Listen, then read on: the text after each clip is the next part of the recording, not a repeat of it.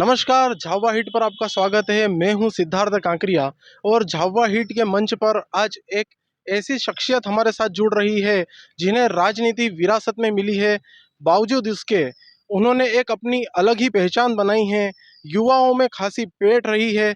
सामाजिक क्षेत्र के साथ राजनीति में हमेशा सक्रिय रहने वाले संजय भाबर। आइए आज हम जानते हैं उनसे खास बातचीत में काफ़ी कुछ रोचक विषयों के बारे में। बहुत स्वागत है संजय जी आपका झावा हिट के मंच पर। दर्शक ये जानना चाहते हैं, काफ़ी समय से जिज्ञासा है कि आपकी राजनीतिक जीवन की शुरुआत आखिर राजनीतिक शुरुआत हमारी कैसे हुई, तो मैं आपसे बताना चाहूँगा कि कहते हैं ना कि कुछ चीज़ें विरासत में मिलती हैं, लेकिन उसको संजोए रखना एक ये बड़ी एक जिम्मेदारी होती है। और ये काफ़ी लंबे समय से हमारी दादी माँ भी सरपंच रही हैं। जब एक बहुत बड़ी पंचायत होती थी, सूदेरेटी और चैनपुरा, सेवगढ़ और ये सारी चीज़ें मिला कर एक बड़ी पंचायत होती थी, तब से ये सारी चीज़ें हमको परिवार में मिली हैं। और पिताजी संघ के स्वयंसेवक बनने के बाद में और विभिन्न दायित्वों का निर्वहन करने के बाद में वो राजनीतिक पृष्ठभूमि में 2003 से आए।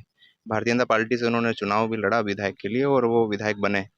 और तब से लेकर के विभिन्न सामाजिक कार्यों को करते हुए और राजनीतिक रीति नीति को निभाते हुए और हम भी उनको देखते हुए और तमाम प्रकार की पार्टी की गतिविधियों में, सामाजिक कार्यक्रमों में जा कर के और वहाँ पर देखते हुए और सीखते हुए हमने भी समाज सेवा के माध्यम से इस राजनीतिक क्षेत्र में आने का हम लोगों ने निश्चय किया कि हम लोग भी राजनीतिक क्षेत्र में और सामाजिक कार्य जो है वो राजनीतिक क्षेत्र में ज़रूरी है।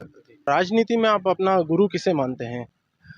मैं सर्वप्रथम मेरे पिताजी को ही मानता हूँ, क्योंकि हमको हर चीज़ राजनीतिक में उतार-चढ़ाव और नुकसान, फ़ायदे और एक हमेशा से वो मुझे कहते हैं और वो लगभग हमेशा उनके हर भाषण में वो कहते हैं कि एक युवा के नाते सिर पे बर्फ़, मुँह में शक्कर, सीने में आग और पैर में चक्की, ये होना चाहिए। तो ये जो गुण है ये एक युवा के अंदर इसलिए होना चाहिए और एक हर अच्छे कार्यकर्ता के अंदर भी इसलिए होना चाहिए, क्योंकि जीवन के विभिन्न पड़ावों पे इन सभी चीज़ों की कहीं न कहीं ज़रूरत लगती है।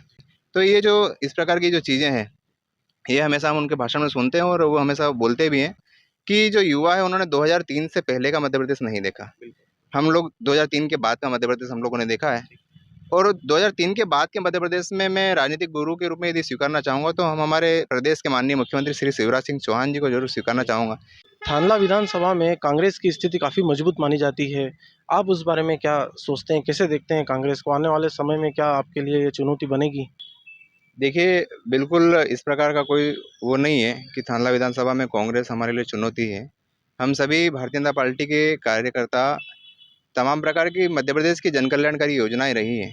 उन योजनाओं को नीचे धरातल पर पहुँचाने में हम सभी सफल रहे हैं और हमारे सभी जनप्रतिनिधि मिल कर के मध्य प्रदेश सरकार की माननीय शिवराज सिंह चौहान जी की जितनी योजनाएँ हैं, उनको नीचे ले जाने के लिए रात-दिन मेहनत भी करते हैं और नीचे परिवार भी उन योजनाओं का लाभ लेकर के सभी खुश भी हैं। रही बात कांग्रेस की, तो 15 महीने ही सरकार अपनी चला पाए और उसके बाद में वापस भारतीय जनता पार्टी के माननीय मुख्यमंत्री जी वापस से बने, जिसमें माननीय सिंधिया जी का काफ़ी योगदान रहा।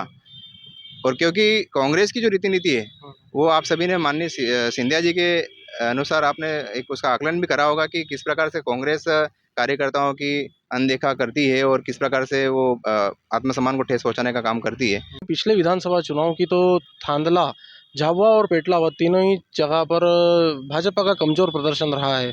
साथ ही सांसद के रूप में पूर्व अधिकारी व्यक्ति जो थे, जो चुनाव लड़ा उन्होंने और वो चुनाव जीत के आए हैं। तो आने वाले विधानसभा चुनाव में आपको क्या लगता है, भाजपा की स्थिति क्या रहेगी और आपकी क्या भूमिका रहेगी उसमें? निश्चित ही भारतीय जनता पार्टी के तीनों विधायक उस समय हार का सामना करना पड़ा और जिसमें से तो केवल 2 सीट को हार का सामना करना पड़ा, लेकिन एक सीट उपचुनाव में हम लोगों ने खोई है। लेकिन मुझे पूरा विश्वास है कि इस बार भारतीय जनता पार्टी तीनों ही विधानसभा सीट पर भारतीय जनता पार्टी के विधायक का चेहरा देखेगी, क्योंकि हम सभी का एक ही लक्ष्य है और हमारा सभी का पूरे तीनों विधानसभा में एक ही उम्मीदवार है, वो है कमल का फूल। और उस कमल के फूल के उम्मीदवार पर हम सभी नीचे काम करने वाले हैं और माननीय सांसद जी भी उसमें पूरे तीनों विधानसभा का सीट को जिताने के लिए पूरा मेहनत करेंगे वो।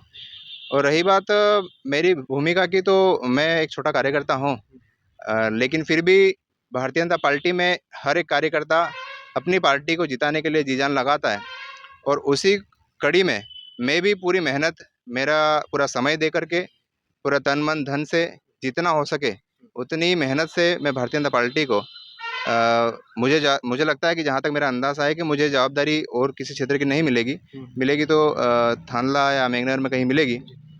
तो उस जवाबदारी को निभाने के लिए मैं पूरी मेहनत करूँगा कि जिससे भारतीय जनता पार्टी का यहाँ पर कमल का फूल का चेहरा जीत करके आए। लगभग 304 बूथ हैं, उन बूथ पर मेरा जाना भी हुआ, वहाँ पर युवाओं की टोली भी है। मैं उन सभी युवाओं से आग्रह भी करूँगा कि भारतीय जनता पार्टी की जो जन कल्याणकारी योजनाएं हैं, उन योजनाओं का धन्यवाद देने के लिए हम सभी 2023 में माननीय शिवराज सिंह चौहान जी के नेतृत्व में फिर से भारतीय जनता पार्टी की सरकार बनाएंगे। माना जाता है बार बार एक संगठन समानांतर आपके चलता है और हर जगह, हर स्टेशन पे आपका, हर प्लेटफॉर्म पे आपका विरोध करता है, उसे आप कैसे देखेंगे? जी बिल्कुल, ऐसा कुछ भी नहीं है। हम सभी, चाहे सामाजिक क्षेत्र के संगठन हो या राजनीतिक क्षेत्र में भी, जो हम सभी के समकक्ष में कोई भी काम करने वाले कार्यकर्ता हो, पदाधिकारी हो, वरिष्ठगण हो, इस प्रकार का कोई भी विरोध नहीं होता है, और हम सभी में सामंजस्य और समन्वय बन के ही हम भारतीय जनता पार्टी के लिए काम करने वाले लोग हैं।